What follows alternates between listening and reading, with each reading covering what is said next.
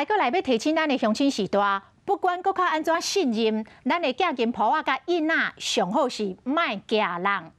台北有一个日本料理店的头家，伊是日本人，伊出面来指控伊上界信任的理财专员。讲6年前，伊发现家己的这个理财专员拢无甲讲哦，就用伊的硬感落单落滚啊改，害伊损失5000万。伊甲安泰银行讨要赔偿，也毋过法院一审、二审拢认为讲，伊对相关的交易是知影的，所以甲判败诉。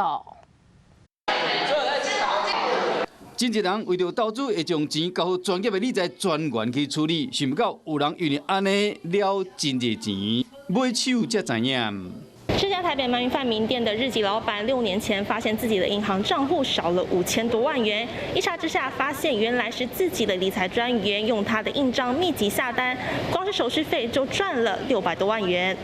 一个日本头家讲，伊逐礼拜拢会固定去银行办代志，因为伊小可听有台语尔，填资料有困难。姓陈的女乡里就讲，会使甲倒写当囡仔，所以讲大概这个头家只要去银行办代志，拢会将印鉴交予伊。后来伊发现讲，伫2014年到2016年期间，这个女乡里无经过伊的同意，就将伊的囡仔交其他理专偷转，并且买真侪基金，汇了5097万。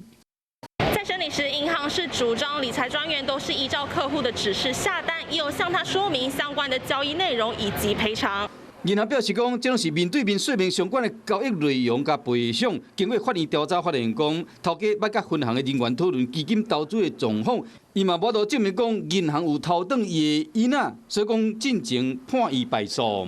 他懂这个金融商品，然后同时你要很清楚专跟你的互动模式是什么。就你可以问他投资建议，但是你不要完全交给他操作。专家呼吁民众唔捌的物件唔通去摸，安尼才会当避免发生类似的情形。有事没事赶紧转开华视，还没有订阅华视的 YouTube 频道吗？赶紧按赞订阅，开启小铃铛，我们华视 YouTube 见。